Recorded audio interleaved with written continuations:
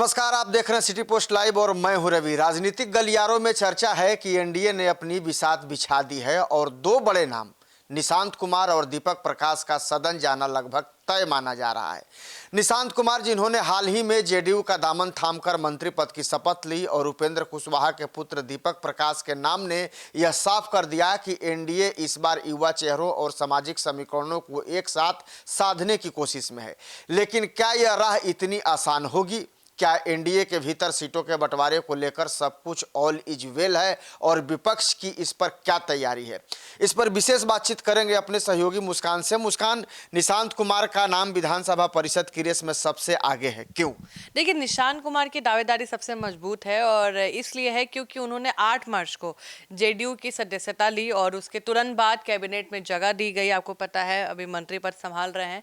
नियमों के अनुसार किसी भी मंत्री को पद संभालने के 6 महीने के भीतर विधानमंडल, विधानसभा या विधान परिषद का सदस्य होना अनिवार्य है। चूंकि अभी विधानसभा चुनाव दूर है, इसलिए विधान परिषद की इन खाली सीटों के माध्यम से उन्हें सदन में भेजना तकनीकी और राजनीतिक रूप से अनिवार्य है और उनका चयन जेडीयू की नई पीढ़ी के नेतृत्व को उभारने के संकेत के रूप में भी देखा जा रहा है। लेकिन दीपक प्रकाश की उम्मीदवारी के पीछे का सियासी समीकरण क्या माना जा रहा है? देखिए, दीपक प्रकाश पूर्व केंद्रीय मंत्री और राष्ट्रीय लोक मोर्चा के अध्यक्ष उपेंद्र कुशवाहा के बेटे हैं। एनडीए के भीतर उपेंद्र कुशवाहा एक महत्वपूर्ण सहयोगी है, विशेषकर लवकुश का जब समीकरण को देखते हैं हम लोग, कुर्मी और कोहरी को। और बात करें दीपक प्रकाश का, तो उनका नाम लगभग तय माना जा रहा है ताकि एनडीए में कुशवाहा वोट बैंक को एकजुट रखा जा सके। या उपेंद्र कुशवाहा के राजनीतिक उत्तराधिकारी और एनडीए के छोटे सहयोगियों को सम्मान देने की एक रणनीति का हिस्सा है।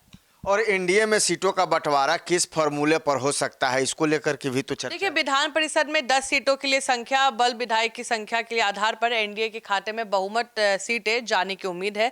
चर्चा है कि भाजपा और जेडीयू आपस में अधिकांश सीटें बांट लेंगे। सूत्रों के अनुसार जेडीयू के खाते में निशांत कुमार की सीट तय है, जबकि भाजपा के कोटे से आपको बता दें संगठनिक नेताओं को मौका दी जाएगी। चिराग पासवान की लोजपा रामविलास को भी एक सीट मिलने की कहीं ना कहीं संभावना है, जबकि अन्य छोटे दल को शायद इस बार इंतजार करना पड़ेगा। तो हो सकता है कि उन्हें इंतजार करना भी पड़े। लेकिन यह चुनाव 2026 की सियासी दिशा कैसे तय करेगा, ये तो बड़ा सवाल है। बिल्कुल, देखिए, राजनीतिक पंडित का मानना है कि इन 10 सीटों पर उम्मीदवारों का चयन यह बताएगा कि पार्टियां जो आने वाला चुनाव है उसमें किन जातियों और क्षेत्र हैं उनको प्राथमिकता दी जाएगी। और साथ में आप बता दें कि यदि एनडीए अति पिछड़ा और युवाओं को अधिक मौका देता है तो ये उनके भविष्य के एजेंडे को साफ करेगा। साथ ही गठबंधन के भीतर जो कोऑर्डिनेशन है वो कैसा रहता है, इस पर भी कहीं ना कहीं असर डालेगा आने वाले समय में।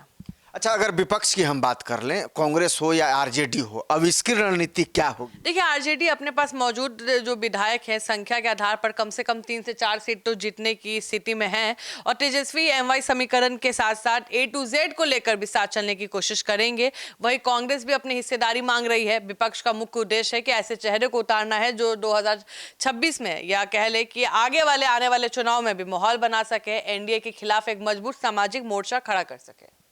बिल्कुल, तैयारी विपक्ष की तरफ से मजबूत जरूर होगी, लेकिन सवाल यह है कि इस बार जो जातीय और क्षेत्रीय संतुलन पर इतना ज्यादा जोर क्यों दिया जा रहा है? बिहार है, आपको भी पता है, बिहार में यही चलेला बाबू, जाति ही चलेला। तो बिहार में जाति आधारित जो गणना है उसके बाद ये पहला बड़ा विधान परिषद चुनाव है। राजनीतिक दल अब केवल चेहरे को नहीं बल्कि डेटा को देख रहे हैं। एनडीए की कोशिश है कि स्वर्ण पिछड़ा, अति पिछड़ा, दलित वर्गों का सही प्रतिनिधित्व किया जाए और साथ ही सीमांचल, मिथिलांचल और मगध जैसे क्षेत्र को भी प्रतिनिधित्व देना जरूरी है ताकि क्षेत्रीय असंतोष ना पैदा हो कि हम ही जितवाए हैं और हम ही हमारे क्षेत्र को इग्नोर किया जा रहा है, ऐसा ना हो। क्या छोटे जो सहयोगी दल हैं उनमें नाराजगी, क्या शंका है? देखिए, राजनीति में सीटों की जो मांग हमेशा उपलब्ध संख्या से अधिक होती है। आपको ही पता है, एनडीए में जीतनराम मांझी जो हम के हैं वो छोटे घटक जरूर हैं, लेकिन अपने दावेदारी पेश कर रहे हैं वो भी।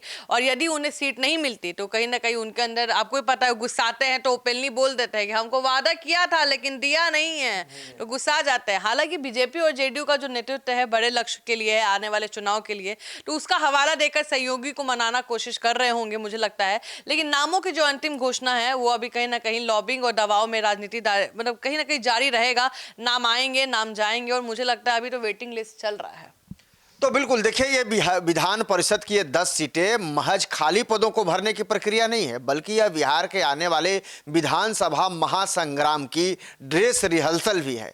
निशांत कुमार और दीपक प्रकाश जैसे नामों की चर्चा ने यह स्पष्ट कर दिया है कि एनडीए युवा शक्ति और विरासत को साथ लेकर चलने की तैयारी में है। अब देखना यह दिलचस्प होगा कि जब अधिसूचना जारी होती है और उम्मीदवारों की आधिकारिक सूची सामने आती है, तो क्या एनडीए अपने सभी सहयोगियों को संतुष्ट रख पाता है या विपक्ष कोई बड़ा खेल करने में कामयाब होता है। आप देखते रहिए सिटी पोस्ट लाइव और बने रहिए हमारे साथ। धन्यवाद।